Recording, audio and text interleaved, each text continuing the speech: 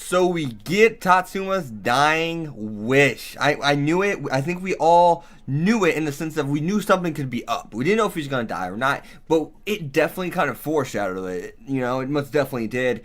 And just like Rin said, take it back before it's too late. And I'll tell you right now, this is most likely going to bring Bon and Rin closer together. Even though, I mean, Rin would like to be that way anyways in general. But I think this is really going to give them, like, you know, that brotherly bond. Because they're going to be, I mean, they're going to be like the same person, really. You know, in all reality, I said something to my father, I couldn't take it back. Bon, I said something to my father, I couldn't take it back. And it'd be really interesting if they go through this like PTSD kind of thing together. I think that'd really be interesting. But I mean, it's really going to be interesting in general that the fact that they're going to have to go through this together. I mean, it's that simple.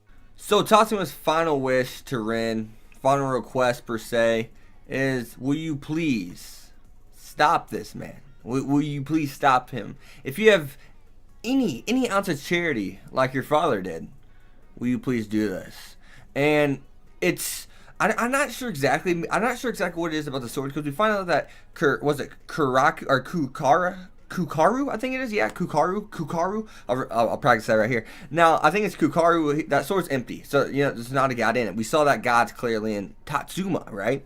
And we see that monster eat him, and I'm wondering, who is Toto? Like, what the hell? He is not an ordinary demon by no means. Like, what has he done able to do this? I mean, Tatsuma even states that. And it's kind of foreshadowed, hey, he's not the ordinary kind of person. And it's going to be badass. Next episode's going to be fucking awesome, man.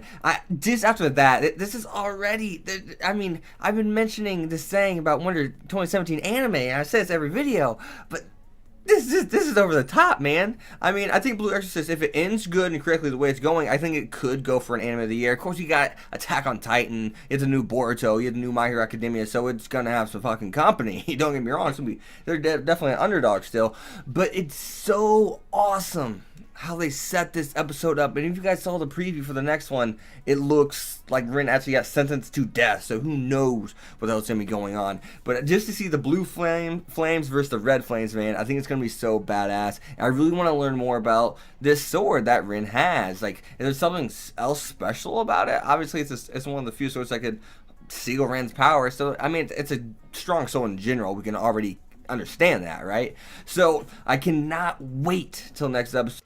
So actually, for 150 years, the Impure King has been sealed, and I even stated in my past episodes, I feel like it's just the fact that he's going to unseal the Impure King. I mean, that was really, I mean, it's kind of, you know, there's nothing bad with that. Something that we've most definitely seen before, but not everything has to be original, for God's sake. If you're one of those people, if it's not original, it's not good, then that's stupid in general, because it's how you do, it's how you present something, and, you know, Blue Exorcist has done a very good job of that. So the other thing is, what, Kakura, I gotta practice that, man. Kakura,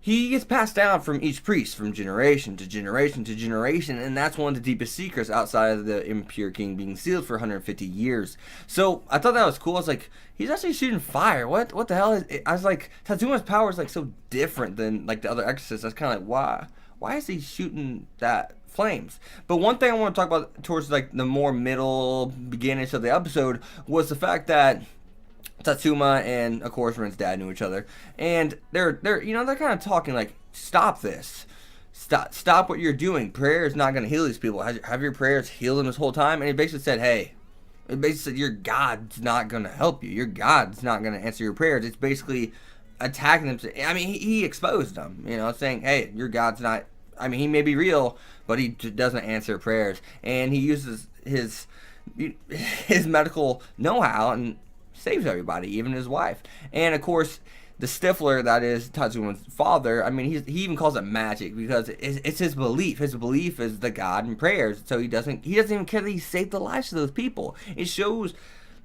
like, yeah, I get your beliefs, but it definitely shows and exposes how big a piece of shit Tatsuma's father was. Tatsuma's father was a piece of shit. I mean, it straight up shows that. I mean, now, another thing was that I thought was really badass was the fact that whenever they're running, and Tatsuma's like, this way, go down there, and yeah, you'll be free. He's like, this makes us even. And Rin's dad was like, no, it doesn't make us even. This makes us friends. And I was taken back by that. I really reflected on it. It's like, that guy was a fucking awesome man. Like, he was he is who we thought he was, but it even showed him like a little bit younger, and it shows that he's he's really kind of like Ren. There's so much Ren in his father. I mean, there's so much Ren in him. There's so much Ren in him, man. And you look at Yukio. Yukio's definitely a lot different than Ren and his father. I mean, doesn't mean he doesn't have any traits, but he's definitely different. For example, I'd be like 95% of Ren's makeup is his father, and I'd say like 30% of Yukio's makeup is his father.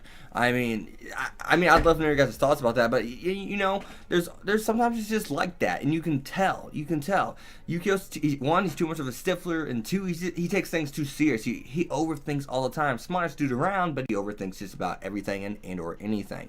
And I'm wondering what his character's going to have to play in all this now, because Toto even said my ultimate goal, and now I can get to my ultimate goal. Okay. So, what's your ultimate goal? And he said he would welcome Yukio with open arms. So I'm wondering, what does Yukio, what's his role in playing in this? I mean, I don't know. But, goodness episode. I loved it. Next episode. I keep saying next episode, but now you can definitely tell this next episode, the letter has been read. It's go time. Like, it's do or die time. Either do it or don't. But if you don't do it, they're all just gonna die. And just really quick to end all of this, I thought it was funny that Tatsuya was like, I withdrew the sword when I was a kid because I wanted to see Kakura, and nothing came out. It's just kind of like, oh shit. He'd be the only one to do that, man. To follow the sacred sword that no one should even be touching. And I just kind of like, oh god. Only Tatsuma. Tatsuma's a lot like Rin too, in a sense, right? So it's weird though when you think about it, because Rin's so much like his father, Bond's so much different than his father, and Yukio is really so much different than his father too. So, yeah, I want to see how Bond's reaction to all this. I mean, I was like, I bet he may die next episode. I wonder what's going to happen, or maybe it's going to go to a cutscene, and then we're going to be left, empty-handed and have to wait till the next episode. But no, dude, he just ran a knife through his throat. I was like, oh shit, what the fuck? I was like, no way. But yeah, leave it down in the comments, guys. What do you guys think of Blue Exorcist so far? If you made it this far in the video, don't hesitate. Leave it down in the comments. I want to know your thoughts. And yeah, Blue Exorcist, best anime of 2017 so far, guys. Best anime of 2017.